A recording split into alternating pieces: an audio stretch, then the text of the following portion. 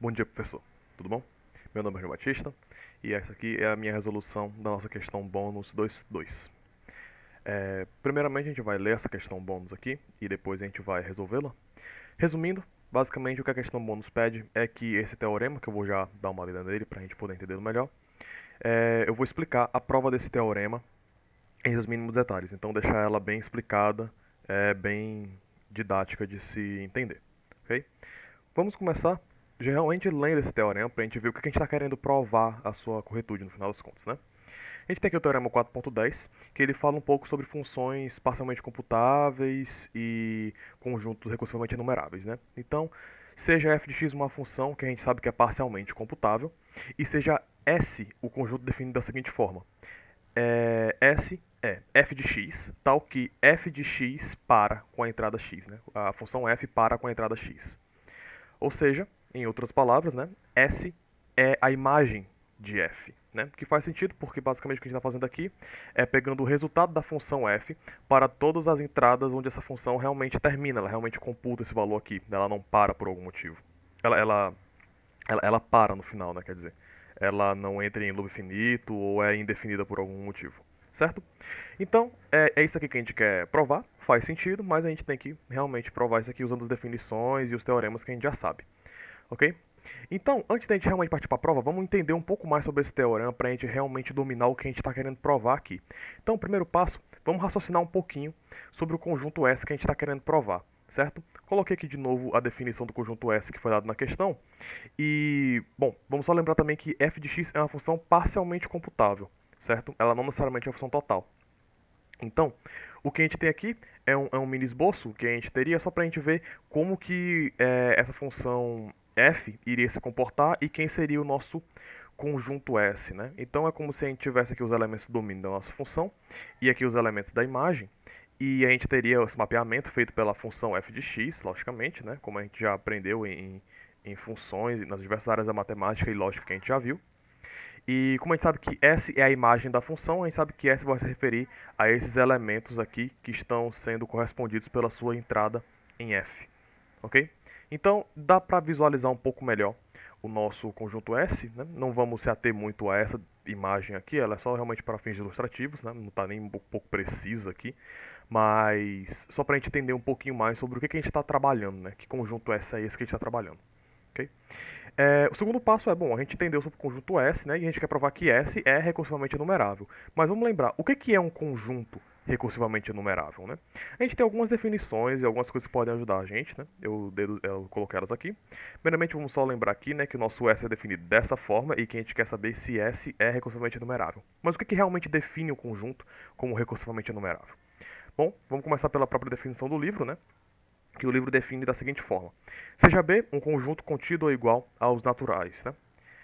Esse conjunto é chamado de recursivamente enumerável, ou RE, para abreviação, se existe uma função parcialmente computável g de x, de modo que B é definido da forma x pertencente aos naturais, isso aqui é trivial, tal que g de x pare em algum lugar. Né? Eu consigo computar esse g de x. A função g ela vai parar eventualmente com essa entrada x, ela não entra em loop finito ou nada do tipo. Ok? Essa aqui é a definição formal do livro, né? Vamos ver um pouco mais sobre o que o livro também fala. Outra passagem do livro é algo bem interessante que vai ajudar muito a gente, né? Que aqui é onde a gente vê que o que a gente está querendo provar bate na trave, né? Do que a gente realmente tem. O conjunto é recursivamente enumerável apenas, né, quando ele é o domínio de uma função parcialmente computável. Né? Ou seja, se a gente tem um conjunto e a gente consegue provar que tem uma função computável cujo domínio é exatamente esse conjunto que a gente tem, então a gente tem, por essa definição aqui, que o nosso conjunto é recursivamente enumerável. E quando a gente dá uma olhada na forma que ele escreveu aqui, na forma que a gente tem, a gente pensa, poxa, tá quase, tá realmente quase, porque a gente sabe que f é parcialmente computável. E se a gente tivesse algo assim, né, se o nosso x estivesse só aqui, sabendo que ele pertence aos naturais, x tal que f de x, para em algum lugar, poxa, aí não tinha o que provar, estava feito, era aplicação direta da definição, a gente teria que S é um conjunto recursivamente enumerável. Só que a gente passa muito perto mesmo, a gente tem não só a gente não tem que x é o x que pertence ao S, mas sim a imagem da função f aplicada aqui nesse X. Então, aqui a gente sabe que um conjunto ele é recursivamente enumerável quando ele é o domínio de uma função parcialmente computável, mas a gente não sabe, por definição, se a imagem dessa função é, vai ser a mesma forma, né? Se o conjunto da imagem dele também vai ser recursivamente enumerável, né? Não vamos desanimar, né? Porque a gente está tão perto, mas vamos continuar aqui pensando um pouco mais para a gente ver o caminho que a gente vai seguir, certo? Isso aqui foi retirado não do livro diretamente, mas numa parte da aula do professor mesmo, tá? Que é uma parte que realmente ajuda muito a gente sempre se lembrar e não se perder, porque no meio de tanta definição, às vezes a gente até esquece um pouco do core mesmo, né? Da essência do que é um conjunto recursivamente enumerável, né? Praticamente, um conjunto recursivamente enumerável é quando a gente consegue dizer quando um elemento está no conjunto, mas não necessariamente a gente sabe quando ele não está, né? Quando a gente sabe quando ele está e quando ele não está, aí ele é enumerável, ponto, né? Ele é completamente enumerável. Só que aqui, nesse caso, quando a gente só sabe quando ele está, mas não necessariamente sabe quando ele não está, né? A gente não consegue dar um programa que nos diga quando ele não está. Então a gente tem um conjunto recursivamente enumerável, né? Ok. Sabendo dessas três coisas, vamos pensar um pouco em como é que a gente consegue estruturar a nossa prova e vamos começar por ela aqui, né? Vamos pensar um pouco. Se a gente quer apoiar a nossa prova em cima desse argumento. Um conjunto é recursivamente numerável quando ele é o domínio de uma função parcialmente computável. Poxa, a gente já sabe que f de x é parcialmente computável. E a gente sabe que se a gente achar um conjunto de uma função parcialmente computável, não necessariamente é f, a gente vai saber que o conjunto, que é o domínio daquela função, também vai ser um conjunto recursivamente enumerável. Então vamos tentar achar uma função que seja parcialmente computável, que a gente saiba que o domínio dela é algo que ajude a gente. E uma função que ajuda muito é essa função g de x como definida aqui, que é a função que vai retornar zero se o meu x pertencer a S, e ela está indefinida aqui, caso contrário, né, quando o x não pertence a S, certo?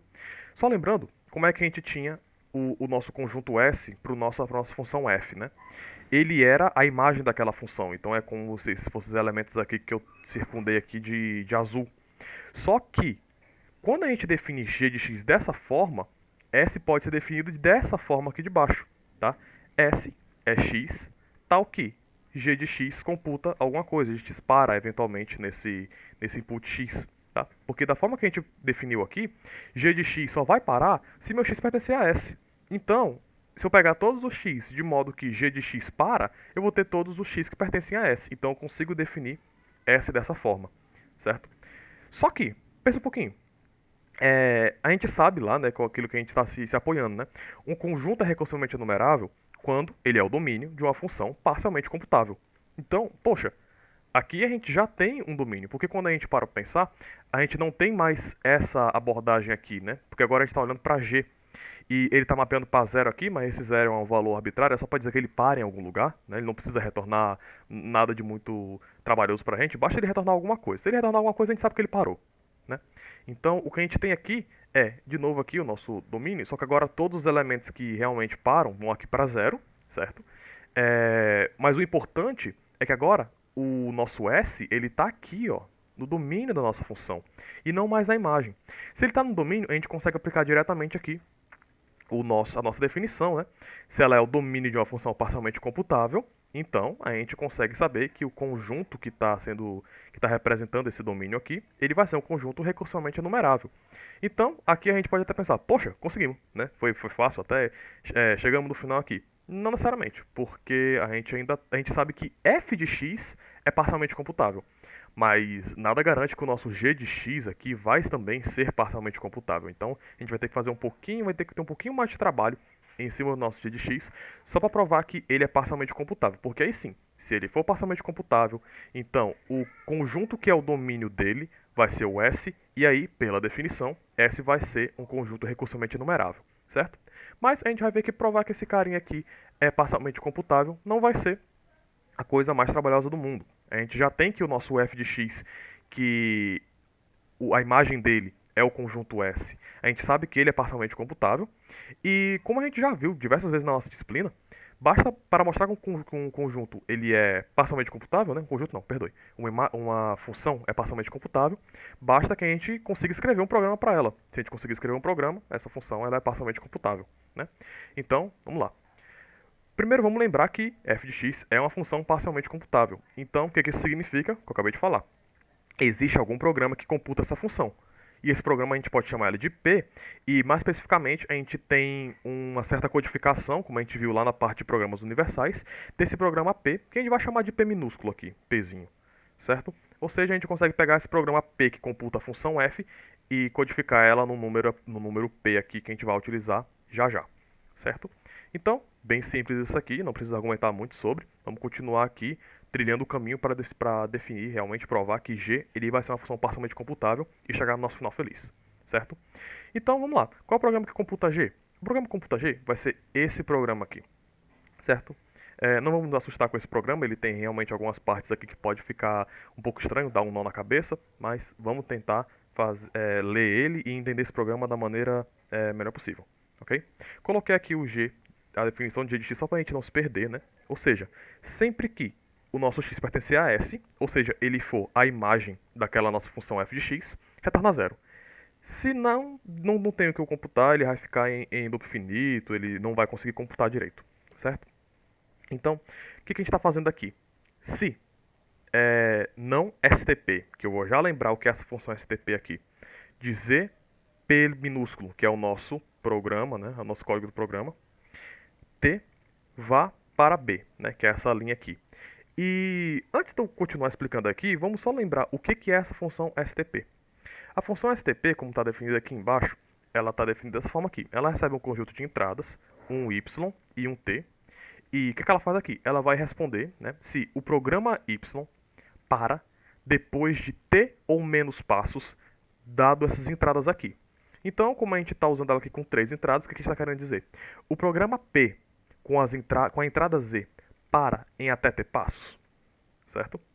Ou seja, tem uma computação desse programa com tamanho até t mais 1, que começa com essa entrada aqui. Se tiver, beleza, a gente vai retornar 1 aqui. Se não, vai retornar 0. Como eu estou mandando aqui if não STP, ou seja, o que eu estou querendo dizer aqui? O programa P com essa entrada nesses passos parou até agora? Se ele não parou, você vai para a linha B. E aqui, quando a gente vai ver, vamos ignorar essas duas linhas aqui por enquanto, tá? Vamos focar nessa linha aqui e no laço que ela faz com essa aqui de baixo.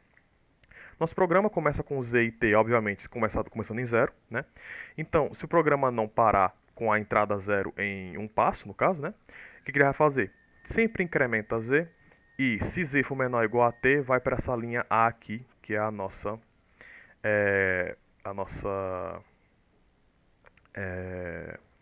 a linha principal, né? E o que isso aqui tá fazendo, basicamente, né? Isso aqui, ele simplesmente está aumentando o Z até que ele chegue em um ponto que ele é superior ao T. E quando ele chega a um ponto que é superior ao T, a gente incrementa T e coloca o nosso Z para zero. E aí sim a gente volta para cá, a gente continua voltando para cá. Então a gente sempre tem um laço, né? Uma recursão aqui, certo? E como é que a gente vai ver o comportamento dessas variáveis z e t, né? O comportamento delas é basicamente esse aqui, ó. Aqui ele não tá muito correto, então eu vou até apagar isso aqui para não confundir muito. Mas o que está acontecendo eu incremento o z até que ele passe de t. Quando ele passa de t, aí eu vou para eu zero o z e aumento o t. Então, no começo a gente está com 0, 0, certo?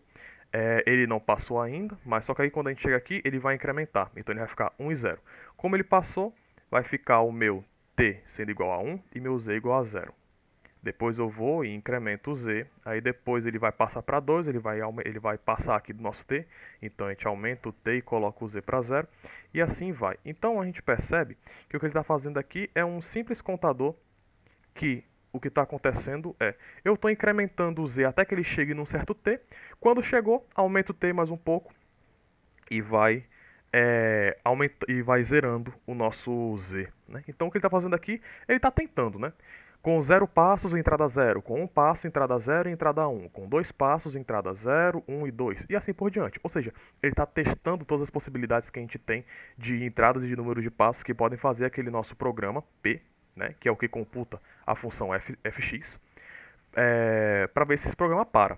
Né? Então aqui o que a gente está vendo é que, basicamente, bom, o programa tem várias linhas aqui, ele pode assustar, mas a primeira linha é bem simples de entender, ele está só vendo se o programa consegue parar com até t passos com essa entrada, e essas linhas todas aqui de baixo são linhas que fazem a recursão, então é um laço. Tá? Então o que a gente pode fazer é focar agora, novamente, nessas 3 linhas principais aqui, que é o que realmente vai fazer o núcleo do programa, né? Já que a gente entendeu como a recursão dele, como ele está fazendo esse laço, o que essas linhas estão significando para a gente, né? Ou seja, quando é que o nosso programa para e quando o nosso programa não para. Bom, quando a gente sabe que o programa para, né? Que é quando ele está parando aqui, aí o não nessa função vai dar 0, então ele desce aqui para baixo, certo? Quando eu sei que ele para, o que eu posso fazer? Se eu tenho a certeza que ele vai parar, eu posso facilmente usar um macro aqui para colocar numa variável v o retorno da função f de z, certo? Que é a entrada que a gente sabe que para. E algumas pessoas podem dizer, pronto, cheguei aqui, sei que para, retorna 0. Não, não retorna aqui 0. Por quê? Porque aqui eu sei que ele para. Só que eu sei que ele para algum x, mas eu não sei se esse x é o mesmo x que eu estou aplicando aqui no nosso g de x, certo? Então eu estou só verificando aqui se o meu v, que eu achei, ele é igual ao x que eu estou buscando. Se for, aí sim, vai para E. E como a gente nunca aumentou, nunca mexeu na nossa variável y, né? Nossa variável y, qual o valor que ela tem? Né? Bom, ela tem um valor inicial, né? O valor 0. Que aí realmente ele está retornando o que a gente espera. Ele está aqui retornando 0 quando o nosso x pertence a S. Então, beleza. O programa para realmente quando eu estou achando ali o meu V, que é igual ao X que eu estou buscando, e realmente é um elemento aqui que está no nosso S. Então, faz sentido, tranquilo. Quando é que o nosso programa não para? A gente poderia até argumentar que o programa não para quando o F não para. Só que isso não é o caso porque a gente sabe que o F vai parar antes de eu passar para essa linha aqui. Tá? Então isso não é muito uma preocupação nossa. Nosso programa realmente não vai parar quando eu colocar aqui um G de um elemento que não está em S. E aí ele nunca vai achar esse elemento aqui. Se eu nunca vou achar esse elemento, eu não tenho como saber quando esse meu programa vai parar, sequer se ele vai parar, né? Mas se o elemento ele não pertence a S, nosso programa vai ficar em um loop aqui infinitamente e ele não vai retornar nada, né? Chegando aqui no nosso segundo caso. Então, esse aqui é um programa que tranquilamente está computando aqui a nossa função g, e a gente pode ver que ele é um programa que pode até dar um pouco de medo, mas quando a gente percebe e analisa ele direitinho, não dá nenhum problema, ele é um programa bem trivial pra gente, tá? Só a gente lembrar o que essa função stp faz. Beleza, consegui criar um programa que computa a minha função g. O que isso significa? A gente sabe que g, não é nem que g é RE não, g é parcialmente computável. Aqui é cada grafo que aparece aqui, parcialmente computável. Pronto, agora sim, agora tá certo. A gente escreve as coisas e depois não entende, né? Mas enfim, o que a gente sabe agora? A gente sabe que g é parcialmente computável. Pela definição, o conjunto B aqui, né, ele é recursivamente enumerável se existe uma função parcialmente computável g de x, tal que o nosso B ele vai ser o domínio dessa função. E aí a gente construiu S de modo que o S vai ser construído de modo que S é o domínio da nossa função g. E como a gente viu lá, como a gente construiu aqui em cima, o modo que a gente fez a função g, isso aqui a gente consegue dizer, né, bem direitinho. E, de novo, aplicação de definição, a gente tem aqui que como o S ele é o domínio de uma função parcialmente computável, finalmente temos, depois de dar toda essa volta, esse raciocínio estrambólico que a gente tem aí, finalmente chegamos à conclusão de que o nosso S ele é recursivamente enumerável, chegando aqui no fim da nossa prova, né? Vou até colocar aqui cadê aquele quadradinho? Não consigo. Quadrado preto aqui, pronto. A gente tem aí finalmente o fim da nossa prova. Então é isso. Foi assim que eu consegui entender e consegui explicar da melhor maneira que eu tentei aqui o raciocínio por trás da prova desse teorema. Ele é um teorema que ele é simples, mas para você entender, você tem que ler e reler e entender ele da melhor maneira que você conseguir. É, eu não sei se eu errei alguma coisa, então se eu errei, peço que o senhor mande no feedback realmente o que aconteceu. Não tive nenhuma dúvida ao fazer essa prova, eu achei ela bem tranquila depois de você realmente colocar um pouco de tempo em cima dela para entender. E é isso. Acho que a gente se vê na próxima questão bônus. Até lá.